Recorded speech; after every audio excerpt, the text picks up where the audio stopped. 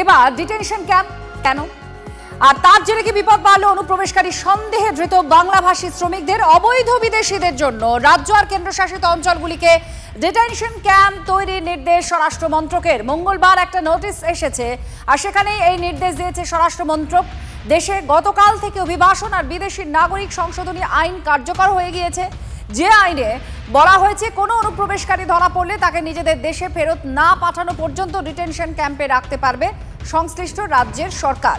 কোনো ব্যক্তি বিদেশি কিনা তা জানতে ফরেনার্স ট্রাইব্যুনালের থেকে মতামত নিতে পারবে কেন্দ্র বা রাজ্য।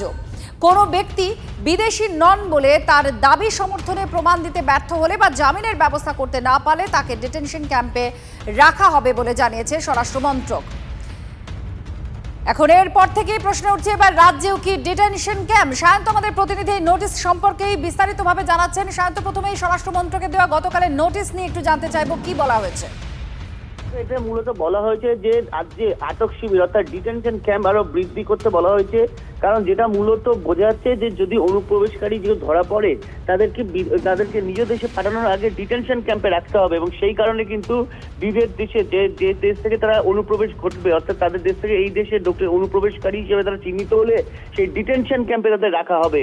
আর সেই কারণে এই ডিটেনশন ক্যাম্প আরো বেশি করে বাড়ানোর জন্য